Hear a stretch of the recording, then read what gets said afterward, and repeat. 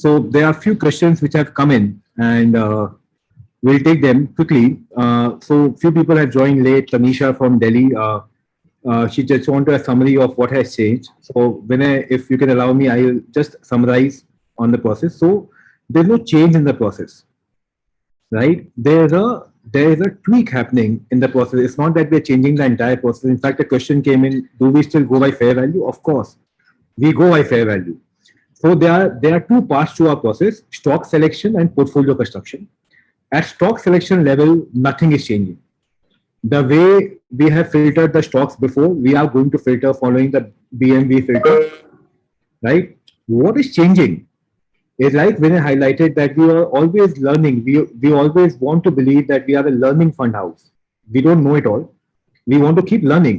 What has changed is at portfolio construction level, we'll be using a mix of fundamental and quant, which we are calling quantamental, where the growth, value, and quantity factors will be used over here, right?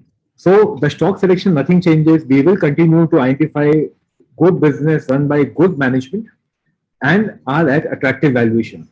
While constructing portfolios, we are using quant because we believe what we have done research, which you can read online on the factor investing process. We believe these three factors can add value in the way we are managing the funds. So we are incorporating that.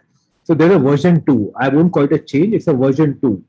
Like when I said, improve paracetamol, example, this is something like that. There are questions on the fund, so on the scheme, I'll take few of them. So while we gave our view that markets are not cheap, they are expensive.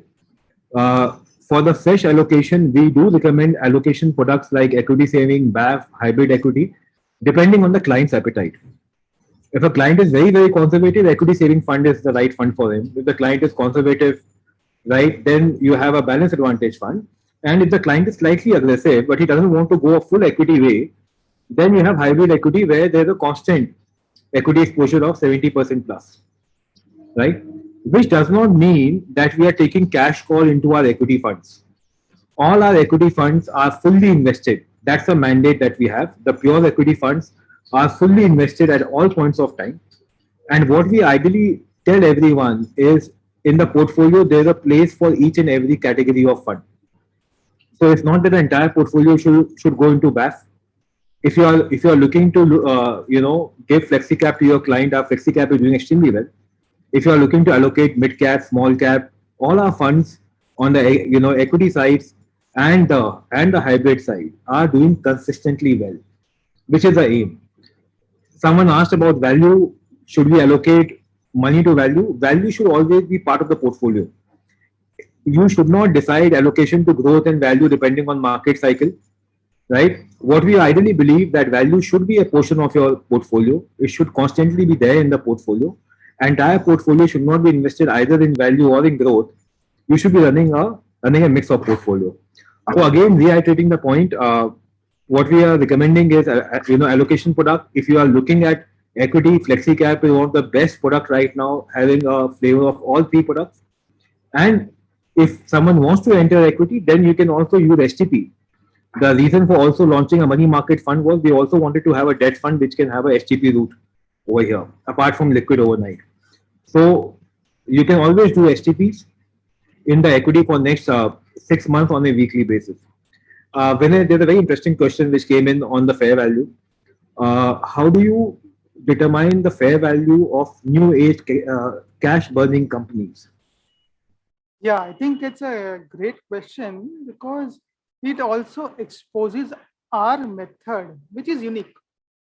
I think a lot of people, get confused by companies which are making losses, and there have been people who keep mocking companies that this company's loss is 1,000 crores, market value is so many few billions of dollars. Investors are stupid. Remember, investors are not stupid. Why and how do you value such companies?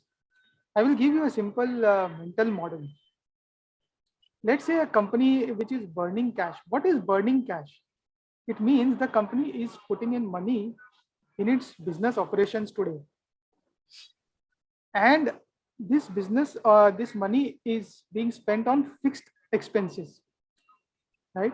Let's say so. Let's take an example of let's say a mutual fund, AMC. AMC sets up a new. There is a new AMC which is set up. It sets up an entire team of people, and from day one it starts incurring, let's say 100 crores hypothetically, and there is zero revenue. So from day one, the for the year one, the burn is 100 crores loss. What value you will give to this company? You don't know. However, if you are given some more metrics, like for example, what is the customer acquisition rate? How much is the market share on an incremental basis? Based on that, if you, let's say, you come to know that the underlying mutual fund industry is growing at a fast pace, and today the revenue is zero, but let's say 5 years down the line, the revenue goes up to, let's say, 500 crores, and the expenses increase from 100 to 200 crores over a 5-year period. The profit at the end of 5-year period goes up to 300 crores instead of a 100 crore loss, and this number keeps on going up substantially. So what is very crucial in valuing a lot of these new age companies is the concept of operating leverage. So companies which have a big operating leverage, even if they are burning a lot of money, investors will choose to look at what is the future. Also, we need to keep a very close eye on the balance sheet. If for every new revenue sales which you do, if you need to put up a lot of plant and equipment or working capital, then this company is going to be far less valuable compared to a company which doesn't need anything. For example, look at these e-commerce companies. They don't need any working capital because if a customer wants to buy something, he has to pay upfront, right? So there is no debtors, there is no inventory because these are supposedly on marketplace model. So there is no debtor, no inventory. So there is no working capital. They are burning money today, but that money is being burnt because it's a fixed expense. Some of the money is also burnt on advertisement, which is discretionary. So if you get more customers tomorrow, you will reduce your expenses. You will reduce your advertisement expense. And investors start to look at what happens in year 5, year 10, year 20. And that is why these companies are so very volatile, because you are looking at 5 years down the line, 10 years down the line. Small changes in what happens today can produce big changes to what happens tomorrow. And hence, these companies will be volatile in their market price performance. It is not that these are speculative companies, but because they are valued on future, and future is going to be far more volatile based on what is happening today, these companies become volatile. And this is a sort of a mental model in valuing these companies. The model of valuing any asset, be it real estate or stock or any such asset which produces income, is discounted cash flow. So I think that is standard, and we utilized a version of DCF in our fair value approach, which is a much more practical approach. And we have been tweaking and testing this approach for the last 3.5 years now, and we think that markets are actually rewarding this approach quite significantly, especially for the new age companies. Thanks, Vinay. Mr. Venkateshan from Chennai, he gets asked that in the FlexiCap fund, when you're using these quant factors, are there weightages assigned to all 3 factors? How is it going to work in the portfolio? Yeah. So there are weightages which we are looking at it to decide the quant model. And as I said, the quant model throws a allocation which may or may not be accepted by the fund manager. It is a guide. See, when you look at the fund management industry today, fund management is an art. Mostly it is perceived to be an art. Why? So let's say we have 200 companies from the fund house universe. If let's say an investment process is purely a function of art, what will happen is the fund manager tomorrow may wake up and decide, XYZ oil and gas company is looking good. I will buy 10% of this company in my portfolio. Why 10%? Why not 1%? Why are you allocating not more? Why not 5%? Who decides this? what are the key factors which drive this? So to ensure that there is more systematic approach, this entire quantimental approach helps in guiding you that, look here, the approach is telling that you should allocate 4%. If you are very positive, you may allocate 6%. If you are not very positive, you may allocate 2%, but don't ignore it. That is the point which this entire approach is all about. So yeah, these are there are weightages assigned to various factors. We are not talking about it simply because there has to be some proprietary element as well to the entire thing, and that's why. But suffice it to highlight that yes, we are practicing a lot of these approaches which are very scientific in So Vinay, that's the secret sauce for the investment team, right? absolutely, absolutely. Yeah. So there have been a lot of questions on the allocation and our view on large cap being attractive. So I just want to clarify, and also how do we define long term. So when we are giving our views, we are giving our views for next 5 years. That standing today, looking at the valuation, how next 5 years are looking. Now, if someone has got money for 20 years, obviously small cap will give a higher return than the mid cap and small cap, right? So it all depends what is the tenure of the money and what is the allocation that you want to have for the client. Someone asked us what the ideal allocation that you recommend. Now, what I can tell you from my personal experience that there's a core part of the portfolio which should be invested in funds like flexi cap fund, a BAF kind of fund, which are broad funds. And then there is a satellite kind of portfolio, which is mid cap, small cap. They are like spice in the food. And how much spice you want in the food depends on what taste buds you have got, right? And that depends on the risk appetite that you have got. So the core part of the portfolio are funds like focus fund, small cap, mid cap. Okay, the value to a certain extent. I like recommend value category as a satellite category. Your allocation will depend on the client's risk appetite, and ideally all portfolios should be invested in the broad categories, right? Depending on the tenure of money. So ideally the mid cap and small cap tenure should be very large. So even if you are allocating it now for next 20 years, you don't have to worry about what will happen in next 5 years, provided the client is willing to stay for 20 years. That's a call that you have to make, that the client will not come in 3 years and say why small cap has fallen more than flexi cap. So if you're sure about that, yes, in 20 years, small cap will beat large and mid cap. Most probably, the way things are. Saurabh, yeah, buddy, go on. just to add, to what you said. See, you rightly said that it depends on the particular individual and the circumstances. What is the right allocation? And that's one reason why we have been constantly telling investors that please try to take the help of an advisor or a distributor. Okay, rather than trying to do this on your own. Try to get a good advisor or a distributor who will help you to figure out what is the right allocation. See, just to illustrate this point, I want to give you a live example. I was talking to two of my former bosses, very senior people who are retired and senior citizens now, and one of them said that he has sold all his equity mutual fund and everything, and he has moved completely to FD. Okay, so his view is that I need cash, I need regular income. Okay, at this age, I don't want to take any market risk, and there is no further long-term view that I need to take. What I need is regular cash, and whatever is left, will be given to my children.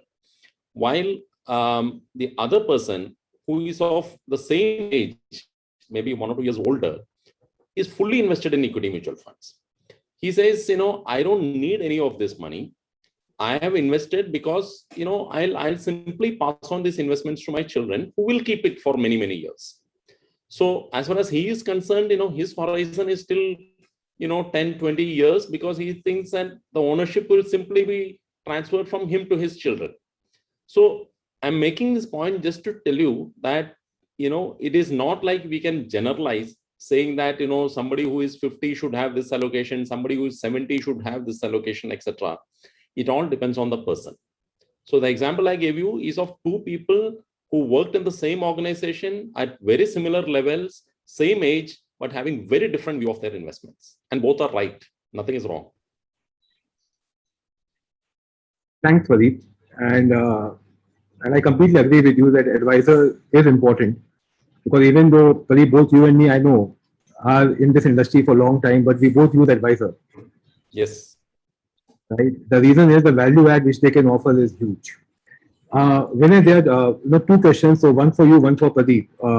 One is that how do you look at insurance sector and the mutual fund sector in terms of the valuations? And Pradeep, the follow-up question is Union AMC looking to come out with IPO sometime in the future? So I will divide the question on insurance and perhaps into two parts. Insurance, I will ask Sanjay to talk about, and then I will talk about mutual fund before giving it back to Pradeep. Sanjay, if you can please talk about insurance valuations. How do we look at it? Insurance valuation. Hello. Yes, Yeah. Sanjay. Go on. Yeah. So as highlighted by Vinay in multiple events, so we look at all our valuations, take into account long-term view about the overall business and overall happenings in the industry, and we try to combine all these processes which are impacting our fair value, and then we take into account what is happening in those companies. Particularly for any for fair value, there are four things which are impacting the business. One is growth, which is happening in that company. Second is the return on equity which that company is trying to achieve over a period of time. Third is the risk-free rate which is there, and the riskiness of the business. So these four parts which combine and then which get clubbed into attaining the fair value of that business. And in this business as well, we try to club these four components to value the companies which are involved in that industry. Sure. And on the mutual funds, it is very close to our hearts. I think Pradeep will also talk about it. But the way we value mutual funds is just to give a perspective. It's not just mutual fund, it's also about your own business. So I'm sure the advisors who are talking to us, they are part of this entire industry. So this industry, which is the wealth management industry, is in a very nascent phase. The way we look at it is that Indians are growing in terms of their per capita income, and beyond a threshold, you start saving more. All of us are aware of the economic theory, right? Basic economic theory that that everyone has to spend some basic money on their basic needs, right? Beyond that, you satisfy your wants. But after that, when you earn more, you start saving. So as the income grows, savings grows disproportionately. We as an industry are catering to this entire savings pool. This savings pool is growing at a very fast pace. On top of that, historically, Indians have been saving money in bank deposits or in gold or in property. That is getting converted into financial assets like mutual funds and insurance. And that is the second lever which is at work, which is increasing the potential growth rate of this entire wealth management industry significantly from a future perspective. So the way we look at this industry is it's a very high growth industry. It has very strong return on equity. The underlying riskiness of the business is moderate, and hence valuation for this industry will always remain rich. I will leave it at here and hand it over to Pradeep for his comments. Sorry, Pradeep, you're on mute. Yeah. Before I respond, Saurabh, please, there are some questions on YouTube. So please put that also. So yes, Union AMC IPO. Yes, why not? The way we are growing now, it is definitely our ambition that we will go public at some stage in future. When? I don't know. Maybe in 5 years, because we need to achieve, certain scale. But as some of you might be aware, our goal is that this year we should double our AUM. And, going forward with the help from all our distributor friends, I'm sure we can grow even faster. And if all that happens, yes, I think, there will be tremendous amount of value created in the company. And that value can be, shared with the general public. Yes, why not? We don't have a time frame yet. It's too early for that.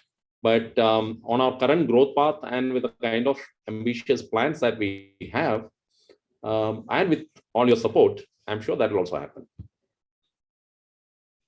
Thanks, Pradeep. We can all smile over here after hearing you. Coming back on, there's some questions on YouTube. Why are we, Mr. Biswarup Roy, why are we late in catching the market momentum? I think we explained that that is one factor which we are still considering whether to, how to include, when to include. Till that time we are not sure about a factor, it will not come in our process. It's still in the laboratory as per Vinay, and the team is evaluating it. So I won't say we are late in catching. The process which we have worked brilliantly well, and the change which we are doing in the process, I think it will add further value to our investors. There's a question from Mr. Vinay Rai. Does the investment process change due to change in the fund management team? I don't think so. It is because of change in fund management team. The process changed 3 years back when Vinay joined in. So Vinay put in the process in place. This is a tweaking in the process, or improved version of the process, which happens because the entire investment team is very, very research driven, and they all believe that they are in the learning phase. There is a sea change. How do we decide to invest in an IPO? Oh, so Yeah. Hardik, can you elaborate, please? Yeah, sure. So I think the answer is going to be some sort of a repetition to what Sanjay already said, but I think IPO is one area where our process also probably stands out and helps the most, because these companies don't have any historical trading history, right? So from that perspective, you have to rely on judging the company on its own merit. So we have our fair value approach, where we try to estimate each company's worth on the basis of 4 factors, as Sanjay just highlighted a while ago. The return on equity that the company generates over and above the cost of equity, the growth rate at which the company will basically continue to achieve scale in its business over the coming years, the risk-free rate, and the riskiness in the business, the riskiness of its cash flows and how volatile the business is. Based on these 4 parameters, one can estimate what the fair worth of the business should be. And that's how we estimate, try to analyze each company. So even for the companies that are new age IPOs that are coming in, and when I highlighted answered a question on that effect also, we try to analyze these 4 parameters. Risk-free rate is typically constant, but the other 4 parameters into the future to see what makes sense, which company makes sense to participate in, at what price they're coming on. So that's how we look at IPOs. Again, the fair value process, works its magic there as well. Thanks, Hardik. Professor Bajaj has got a couple of questions. One is that, are we right in believing that BAF is a replacement for FD for 3 to 5 year time frame? So the way I look at BAF is that the minimum time frame you should be having for BAF is 5 years and above.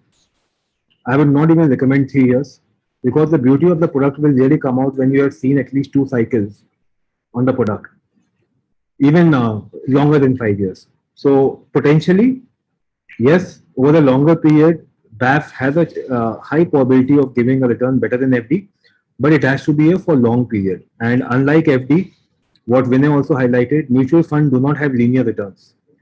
So there can be circumstances when the 1 year return is negative, next year is 14-15% on an average. Like we said, you will get equity market kind of return, the benchmark kind of return from a BAF product. So the longer you invest in, the more chances are that we will be able to replicate the benchmark return. That is the exact reason why we also do not recommend a dividend plan in BAF, because this is not a regular income product, right? So when you have to look at providing a regular income to a client, ideally they should be invested in a product for 3 to 5 years, make that gain, and then start withdrawing. If you start doing withdrawal from year 1, you are eating away into capital. And for example, if 100 rupees become 90, it's a 10% downside, but getting 90 to 100 is higher than 10%. So it's always advisable that you do not withdraw from capital. So stay invested in a product for some period of time. When that product has that appreciation, then you can start doing withdrawal, right? And that I leave it to the advisor how you want to plan it. Mr. Bajaj, Professor Bajaj has also said that Vinay, he does not agree with your view on new age companies on the cash burn valuation, because he believes many of the companies are acquiring business by giving discount, and the moment discount goes away, the customers will vanish. So I think it's fair to have different view, but if you want to, Yeah. So I think what Mr. Professor Bajaj is talking about is fair for a lot of companies, but historical experience based on hard data suggests that not all customers go away. Large proportion of them stay back. Cost of customer acquisition is hence judged from that metric. So there are various matrices which are used by companies to decide how much money they are going to spend on customer acquisition. There is a concept called lifetime value of a customer. There is a concept which is the fair value of a customer.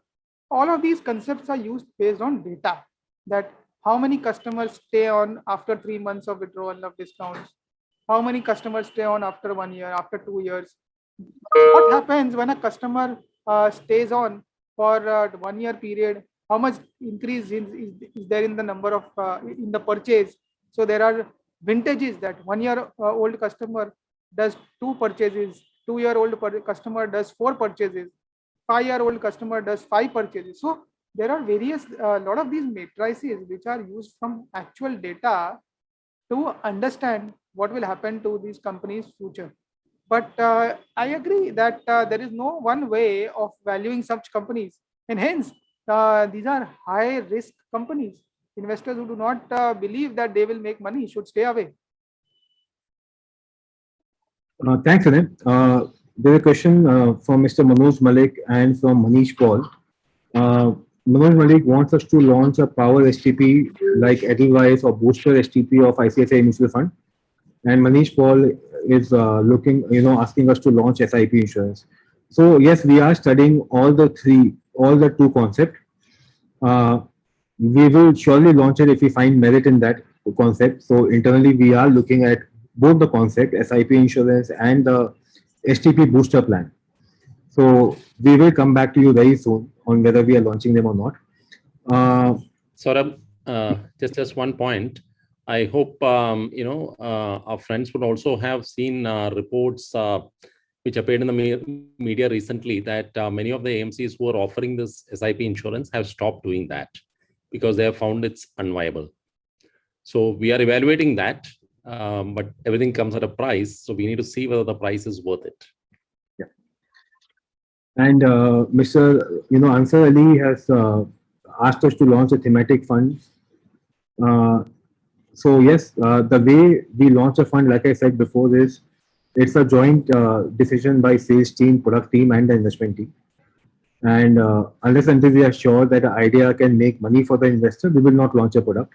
Recently, we have identified an idea, which is not because money is coming into NFO, right? Because we think this idea's time has come. Okay, so we are launching a thematic fund, which is an innovation fund subject to SEBI approval. We have filed it with SEBI for approval. It will be investing into companies which are market disruptors, but all Indian companies. I must also tell you that this is a fund which will be a high risk category fund, potentially which can give a high return, right? So this becomes the satellite part of the portfolio where you take some exposure in the fund if the client profile is fitting in. So that's the first thematic fund that we are launching because we found a lot of merit in that. It's a long-lasting theme. It can run for longer time.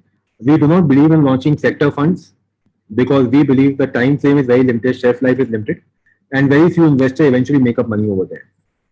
So that's the update from the fund side. We have covered all the questions. Thank you once again. The last question, sorry. There's a quick question. Someone wants to know the books that we are reading and would recommend. to people. So I'm reading Human Being. It's a philosophical book on how human behavior happens. So it's a nice book if you're interested in the philosophical side of the humankind. And I can talk about Psychology of Money. That is a good book by Morgan Housel. It talks about behavioral aspects of investing. The recent book I read was this book called Wisdom of the Crowds. It spoke about how actually over the long run, the decision taken by a larger crowd ends up being the right decision, and one winner or can be only lucky at one go, but can't be consistently lucky. So a book out talking about how generally a crowd is better at judging than an individual. So a good book on that, kind of a different take.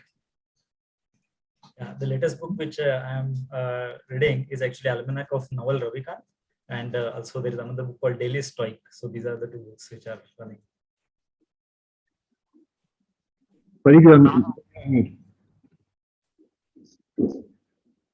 Yeah, I would also strongly recommend Psychology of Money, Morgan Housel. But yeah, currently I am on the Index Card, which is written by Helen Olen and Harold Pollack. Seems interesting, particularly for our community. So seems like a good read. Yeah. So thank you. If you really ask me, we must not restrict ourselves to reading all investment and serious books. Please also read something lighter, and if you want kind of sort of spicy book about our financial markets, please read Absolute Power, written by Sucheta Dalal. Thanks, Fareeb, and thanks Vinay, Hardik, Sanjay for joining in the call. Thank you everyone for taking our time. It has been a long call. Thank you for your patience. Look forward to meeting you again in a couple of months. Thank you for joining in. Thank you, everyone. Thank you, everyone. Thank you.